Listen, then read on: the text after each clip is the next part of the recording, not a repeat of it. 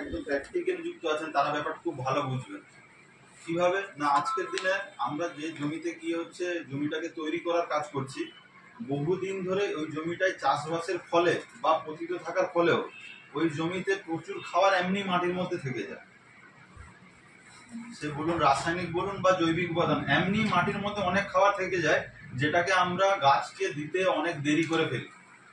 এর ফলে খরচাটা অনেকাংশে বেড়ে যায় গাছকে তাড়াতাড়ি ফসল ফলানোর ক্ষেত্রে।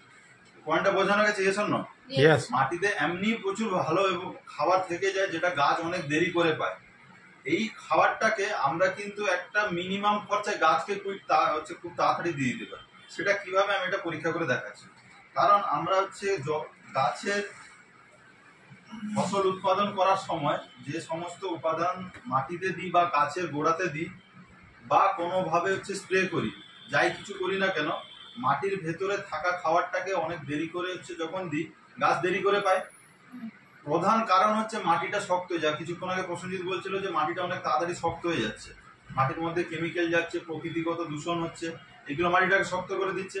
এবং জল আগের থেকে অনেকটা ভারী হয়ে গেছে, জলের মধ্যে বিভিন্ন উপাদান ধীরে ধীরে মিশতে মিশতে মিশতে মিশতে জলটাকে অনেক ভারী করে ফেলছে। তো প্রথম চাষিদেরকে যে সুবিধাটা দিতে পারবো আমরা একদম হাতে নাতে, সেটা আপনাদেরকে দেখাচ্ছি। সেটার ক্ষেত্রে দেখবো হচ্ছে মাটির ভেতরের অংশটাকে কিভাবে নরম করে মাটির ভেতরে থাকা খাবারটাকে তাড়াতাড়ি দেওয়া যায়। আমি তার জন্য দুটো হচ্ছে কাঁচের গ্লাস নিয়েছি এবং তাতে হচ্ছে কিছু পরিমাণ জল দিয়েছি। দেখা যাচ্ছে পেছনে, দেখা যাচ্ছে।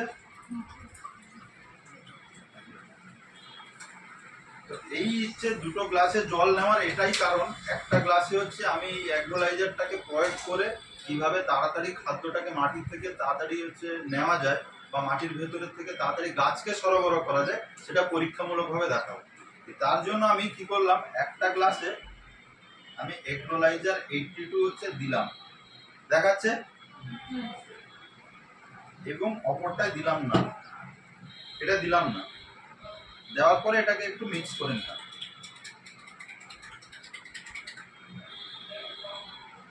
এরপরে আমি হচ্ছে মাটির স্তর বোঝানোর জন্য দুটো কার্ডবোর্ডের টুকরো নিয়েছি, দেখছি আমরা, এবং এই দুটো কার্ডবোর্ডের টুকরোকে একই সময় দুটো হচ্ছে জলে হচ্ছে ফেললাম।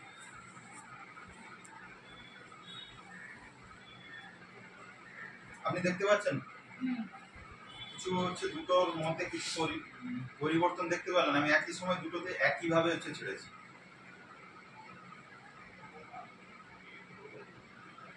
কি দেখা যাচ্ছে? একটা ডুবে গেল, একটা ডুবে ফেলার সাথে সাথে ডুবে গেল, আর একটা এখনো পর্যন্ত কিন্তু হচ্ছে ভেসে আছে। অর্থাৎ মাটির মধ্যে যে থাকা উপাদানটা সেটা কিন্তু হচ্ছে অনেকক্ষণ ধরে হচ্ছে এই একই অবস্থা থেকে যাচ্ছে। আর আমি যেখানে অ্যাগ্রোলাইজার ব্যবহার করেছি, মাটির ভেতরে স্তরটাকে নরম করে দিয়েছে বলে হচ্ছে তাড়াতাড়ি করে সেটা ডুবে গেছে। অর্থাৎ শিকড়টা তো নরম, গাছের যে শিকড় সেটা তো নরম, সেটা যদি অনেক দেরি করে করে করে মাটির ভেতরে খাবার পর্যন্ত পৌঁছতে সময় নেয়, তাহলে খাবারটাও তো দেরি করে সে টানবে। এটা তার হচ্ছে প্রমাণ।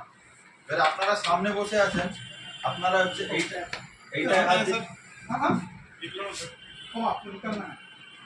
ঠিক আছে।